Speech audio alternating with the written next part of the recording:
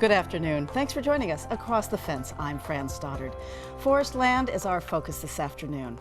Forests are everywhere, and they provide numerous benefits, from recreation opportunities and wildlife habitat to cleaner air and cleaner water. When our woods are not well managed, they often become unhealthy, and that leads to disease and overcrowding. Forestry experts, including those here in Vermont, encourage all forest land owners, both private and public, to manage their woods sustainably. A multi-year project in the Hinesburg Town Forest serves as a case in point. Across the Fence's Rebecca Gollin tells us more. When two roads diverge in the Hinesburg Town Forest, one thing is certain. The town has a management plan in place for both of them. This town forest has had a management plan since its inception, but it needed to be updated.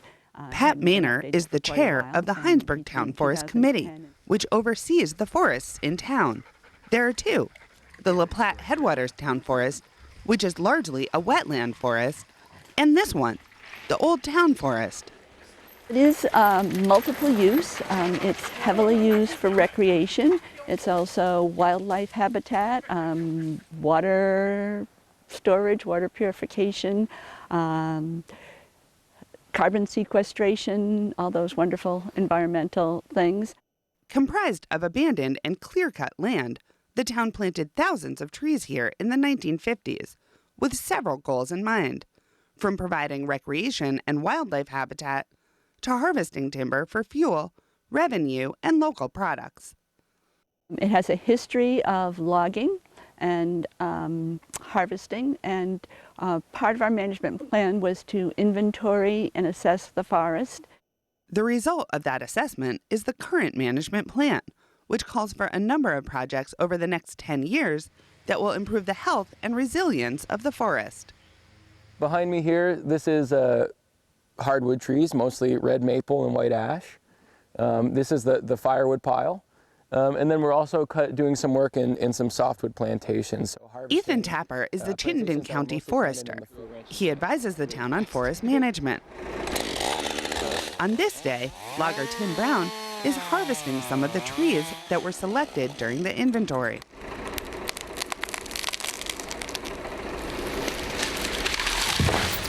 But what I really saw was an opportunity to use these public forests to demonstrate what responsible modern forest management looks like.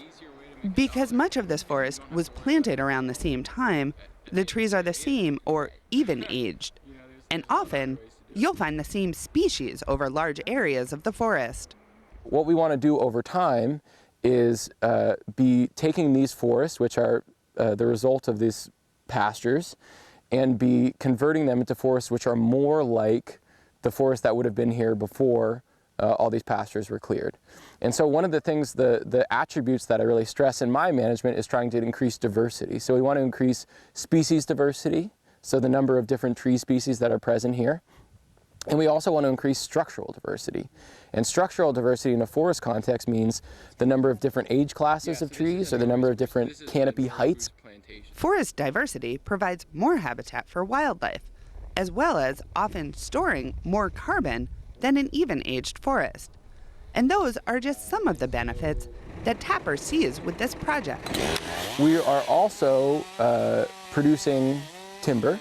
So we're at the same time that we're doing this, we're also producing an output, which is forest products, which are going to be building materials and firewood and paper and a lot of other things, and produced from a local source. We're also creating some unique habitat conditions just by putting wood on the ground. So by just leaving the tops of trees uncut and leaving them on the ground, we're doing a lot of good in terms of providing little pockets that are shielded from deer browse. The tips of those tops will sustain deer through the winter as well in the short term, and then providing soil stabilization and the organic material that will form future soils. Income generated from the harvest will be used to promote stewardship projects in both town forests, including trail maintenance and invasive species control. And while that is a clear benefit to the town, Tapper says it's not all about the money. We're not just here to cut valuable trees. The goal of this is not just to go out and treat this forest like it's our bank account. and just be extracting from it. The goal of it is that we're approaching this forest with a systematic management approach. It's active forest management with an eye on the future. In Hinesburg, I'm Rebecca Gollin with Across the Fence. Our thanks to the Hinesburg Town Forest Committee and Chittenden County Forester Ethan Tapper for sharing their really interesting insights. Joining me now is Kate Forer. Kate is the Community and Urban Forestry Outreach Specialist with UVM Extension. Thanks for being with us. Thanks for having me. You know, it's clear from our history that Vermonters value public forests, and it was actually over 100 years ago that the state passed legislation that enabled the creation of town forests. I love that fact. What do we know about those forests today? Well, Vermont has a really long and rich and proud history of municipalities owning forest land. In fact, there's over 68,000 acres of forest land owned by municipalities. And if you break that down, that's actually 168 different municipalities, and it's about 250 parcels. So like I said, you know, Vermont has a really rich and long history of municipalities owning forest land. And these forests are everything from watershed forests, a lot of times they were acquired for watershed protection, to school forests. So they really range in size and shape and different types of forests. So acquired or probably donated or in all kinds of ways. Exactly, all sorts of ways they've been acquired by municipalities. But the one thing I would say that, you know, they all have in common is that they're open and they're for the public to enjoy. And as we saw in that introduction piece, they really serve as a great opportunity for Vermonters to get out and not only enjoy the forest, but also to see active forest management on the ground. Absolutely, and I've been to that Hinesburg forest. It's beautiful. Parts of it.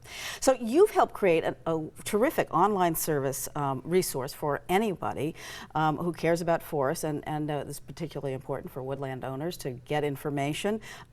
So tell us about Our Vermont Woods. Yeah, I'm really excited to highlight this, I think, really exciting resource. So over the last couple of years, we've developed a online clearinghouse, or sometimes we call it a portal, called ourvermontwoods.org. So it's a website that folks can go to learn more information, not only about Vermont's forests, but also get access to the really wealth of information and resources available for folks who are looking to either learn about the forest, understand it further, or become, like I said, more active stewards or caretakers of the forest. Fantastic. So you're going to take us through it a little bit. So how does it work? Yeah, so when visitors go to the site, they go to the homepage and they can enter either as who they are or what they're interested in. The website also has a whole ton of resources. We actually found in an early survey that there's over 90 different organizations in the state that do forestry outreach and education.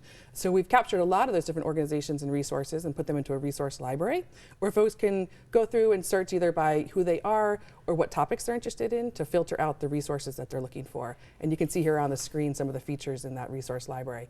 So if you're a landowner, you can go ahead and select landowner, and that'll take you to resources that are targeted towards landowners. If you're interested in a specific topic, you can search for those topics, or if you're looking for a resource type. So there's lots of different ways that we've tailored this resource for the folks who are looking for information about the forest. And you even have events. We do, so, yes, yeah. Exactly. One of the other exciting features of this website is a statewide calendar of events, again, with 90 different organizations around the state doing events. You know, we wanted to create a place where people could go to learn about what's going on in the state and where they could go for walks or talks or presentations. The other exciting thing about the calendar of events is that it's actually filtered by county. So if you live in Rutland County, you can actually select Rutland County and find events that are local or regional to you.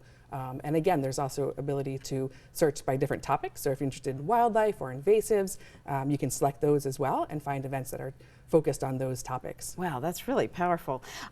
So tell us a little bit about topics, everything from wildlife to maple syrup to... Exactly, yeah. So right now there's 12 different topic pages on the website, and they really run the gauntlet from water quality, you can see on the screen, tree identification, to invasives, which is kind of a hot topic for a lot of landowners, to things like climate change and harvesting timber.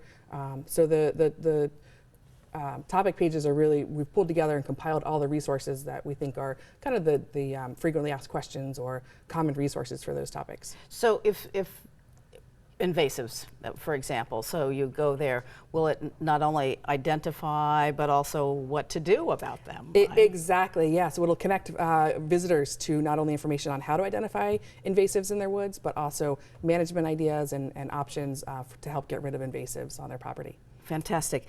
And a lot of the work that went into the website, particularly by Extension and the Department of Forest, Parks and Recreation, but who else collaborated? Not all 90 or maybe? I guess they all kind of know they might be a part of this website. I like to say that they're all contributors to the website, right? So they're all partners in the greater scheme, but we had a whole group of kind of core partners and collaborators who helped build the website, really helped us kind of grow it from the ground up. And you can see them on the screen, everything from the Center for Northern Woodlands Education to our partners over at Vermont Woodlands Association, Vermont Natural Resource Council, and Vermont Coverts. So we had a whole host of folks who helped contribute to the website from the beginning. The website was actually funded by a grant from the USDA Forest Service, so we appreciate their support and partnership as well on the website. And let's again go over those four people that you specifically targeted. There's landowners. Yeah, so the landowners, municipalities, professionals, and educators. So those are the four audiences. And when you go to the website, select who you are and again what you're interested in learning about. And we hope that you find all the resources that you're looking for. Great. And when people go there, they can also sign up for a newsletter. That's correct. Yeah. So as we mentioned with the calendar of events, one of the other exciting features of this website is that folks can sign up for an e-newsletter that automatically sends them updates and events that are going on in their area. So when they sign up for the e-newsletter, they actually select a county. So the e-newsletter is geographically targeted, so you'll know what upcoming events are going on in your area over the next week or two. What a it's fabulous resource. It's a very popular resource, and we're excited to be able to offer that for folks to help them connect to, again, this, I think, vast array of resources and information and organizations out there, helping us all to educate ourselves about our forests here in Vermont. Okay, Kate, so we've been talking about the website, ourvermontwoods.org. It's a one-stop shop, comprehensive site for anyone interested in healthy forests. We've been able to tell you about several aspects, but there's so much more to explore, so go to ourvermontwoods.org and check it out. Kate, thank you so much for coming in and creating this wonderful resource. Great, thank you so much for having me. And thank you for joining us across the fence. I'm Fran Stoddard.